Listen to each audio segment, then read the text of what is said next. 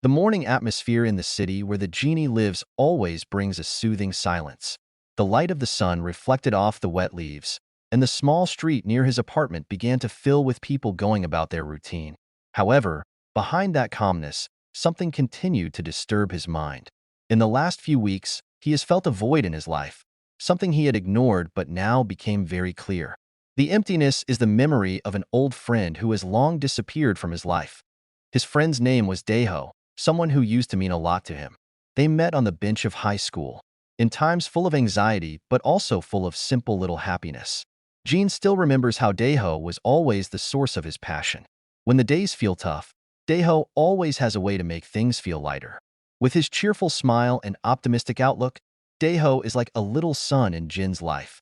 However, time passed, and like many other relationships, their friendship slowly faded. After graduating from school, they began to live each other's lives. Jean continues his education to a university in another city, while Daeho decides to work in his hometown.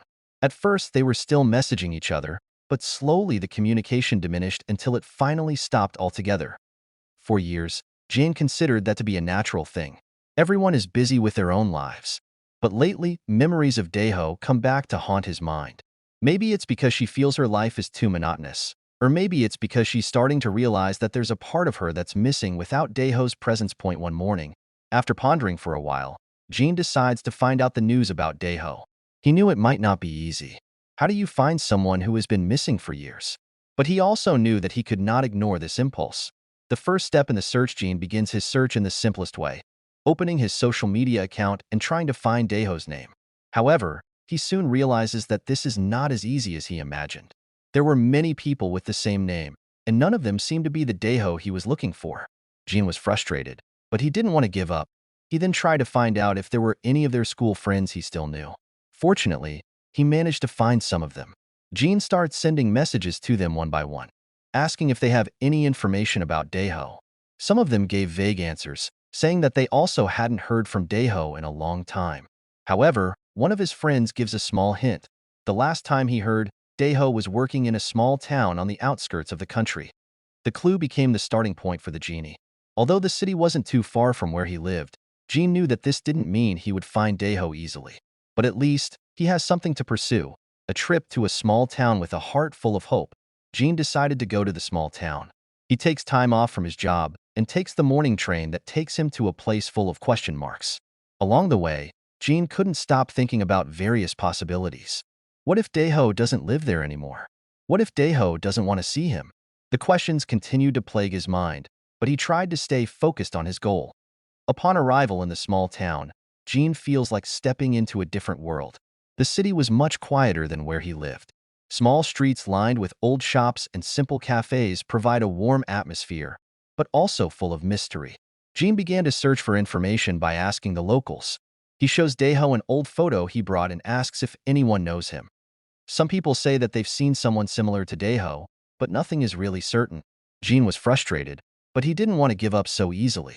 He decided to stay at a small inn in the city and continued his search the next day. Unexpected meeting on the second day of his quest, Jean decides to visit a small cafe that seems to be a favorite place of the locals. As she sat at one of the tables and ordered a cup of coffee, her eyes fell on a man sitting in the corner of the room. The man looked familiar, but Jean couldn't recognize him right away. However, as the man turned around and their eyes met, Jean felt like time stopped for a moment. "Daeho?" Jean asked in an almost trembling voice. The man looked surprised, but then his smile slowly appeared.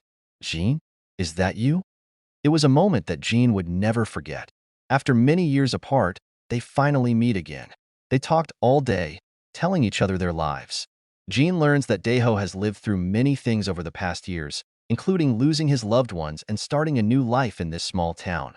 New ending the meeting gave Jean the answer he was looking for, but it was also more than that. He realized that their relationship, although once broken, was never truly lost. Daeho is an important part of his life, and Jean feels grateful that he has followed his heart to find his friend. Jin's quest is a journey that not only brings him back to an old friend, but also helps him rediscover a long-lost part of himself. In the midst of a busy life, he learns that human relationships are valuable, and it never hurts to take the time to seek and care for them.